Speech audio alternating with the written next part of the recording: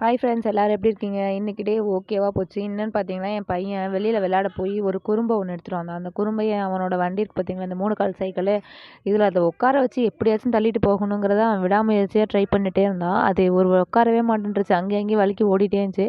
அப்புறம் ஃபைனலா அது உட்காந்துருச்சு. அப்புறம் தள்ளி தள்ளி பார்த்தான். அப்புறம் அது என்ன நினச்சான்னு தெரியல. அப்புறம் அதையும் தூக்கி போட்டு அவன் எப்போதும் போல அவன் ஆயுதத்த எடுத்துக்கிட்டு அவன் விளையாட போயிட்டான். எப்போதும் அவனோட ஆயுதம் என்னன்னு ரெகுலரா பார்க்குறவங்களுக்கு தெரிஞ்சிருக்கும். அதே தான். தொடப்பத்த எடுத்துட்டு அவன் போய், "நீ என்னம்மா கூட்டியிருப்ப? நான் போய் கூட்டுறேம்மா போம்மா. என்னம்மா நீங்க?" அப்படின்னு சொல்ற மாதிரியே அவன் வார்கோல் எடுத்துட்டு அங்கேயும் இங்கேயும் கூட்ட போயிட்டான். இப்போ ட்ரெஸ் மாறி இருக்கு பார்த்தீங்களா? காலையிலேயே தண்ணி கேட்டானேன்னு குடுத்தேன். 1 டம்ளர் தண்ணி ட்ரெஸ்ஸு ஃபுல்லா கொட்டி, ஃபுல்லா பாட்டம் எங்கே பார்த்தாலும் கொட்டிட்டான். டீஷர்ட், பேண்ட்டு எல்லாத்துலேயும் கொட்டி ஃபுல்லா போயிடுச்சு. அதுக்கப்புறம் அது எல்லாத்தையும் ஃபுல்லா மாற்றி விட்டுட்டு திருப்பி இந்த ட்ரெஸ் போட்டு விட்டேன். இப்போ திரும்பியும் பார்த்தீங்கன்னா கூட்டுறது, அங்கே போய் என்ன எடுக்கலாம், இங்கே என்ன எடுக்கலாம் அப்படி இப்படின்னு ஆராய்ஞ்சிட்டே இருந்தான். அப்புறம் பார்த்தீங்கன்னா இன்னைக்கு துணி ரொம்ப ஜாஸ்தியா இருந்தது. அப்புறம் வச்சு அதை உட்காந்து அடுத்தது அதை துவைச்சேன். அவனை தூங்க வச்சுட்டு. துணி பார்த்தீங்கன்னா இங்கே தான் நாங்கள் துவைப்போம். எங்க வீட்ல இந்த மாரி தான் இருக்கும். எங்க வீட்ல வாஷிங் மிஷின் கிடையாது. இங்கே தான் இந்த மாரி நல்லா புழிஞ்சு டைட்டா இந்த கொடியில போட்டோம் அப்படின்னா நல்லா காஞ்சிரும். கீரை தான் இன்னைக்கு தண்ணி சாறு தான். எங்க அம்மா வீட்ல பார்த்தீங்கன்னா, எங்க அம்மாவோட ஃப்ரெண்ட்ஸ் எல்லாரும் எங்க வீட்டுக்கு வருவாங்க. அவங்க வரும்போது நாங்க எல்லாரும் பேசிக்கிட்டே ஒரு 11 மணி வாக்குல காலை சாப்பாடு முடிச்சுட்டு எல்லாம் உட்காந்து டீலாம் போட்டு குடுப்பாங்க அம்மா. குடிச்சிட்டு நல்லா பேசிட்டு இருப்பாங்க. அப்போ இந்த கீரை ஆயிறது இந்த மாதிரிலாம் வேலைலாம் நாங்க செஞ்சுட்ருக்கும்போது அவங்களும் வருவாங்க.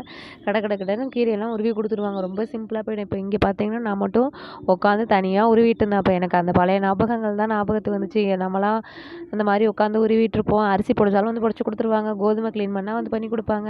எல்லாம் பேசிக்கிட்டே செய்கிறதுனால வேலையே தெரியவே தெரியாது. கட கட கடன்னு ஆடிட்டு பார்த்தா டைம் ஆகிட்டா அப்புறம் அவங்கவுங்க சமைக்க போயிடுவாங்க. ஃபைனலாக எனக்கு இஞ்சி டீ போட்டு நானும் எங்கள் வீட்டில் அத்தையும் குடித்தோம்.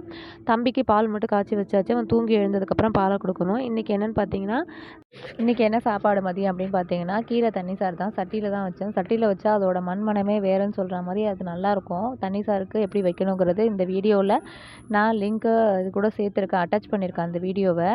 அந்த வீடியோ போய் பாருங்கள். ஃபுல்லாக நல்லா நீட்டாக சொல்லியிருப்பேன். அது மாதிரி செஞ்சிங்கன்னா சாப்பிடலாம்.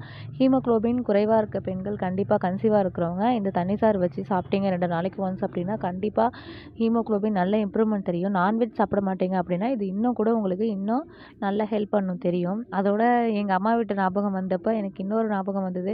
அவங்களாம் உட்காந்து கும்பலாக உட்காந்து காசிப் பேசுவாங்க. அதை கேட்க ரொம்ப இன்ட்ரெஸ்ட்டாக இருக்கும். நீங்களும் அப்படி காசிப் பேசுகிறத கேட்கும்போது இன்ட்ரெஸ்ட்டாக உட்காந்து உங்கள் அம்மா கேங்கில் உட்காந்து கேட்டிருந்தீங்கன்னா எனக்கு ஒரு லைக் பண்ணுங்கள். பாய் பாய்.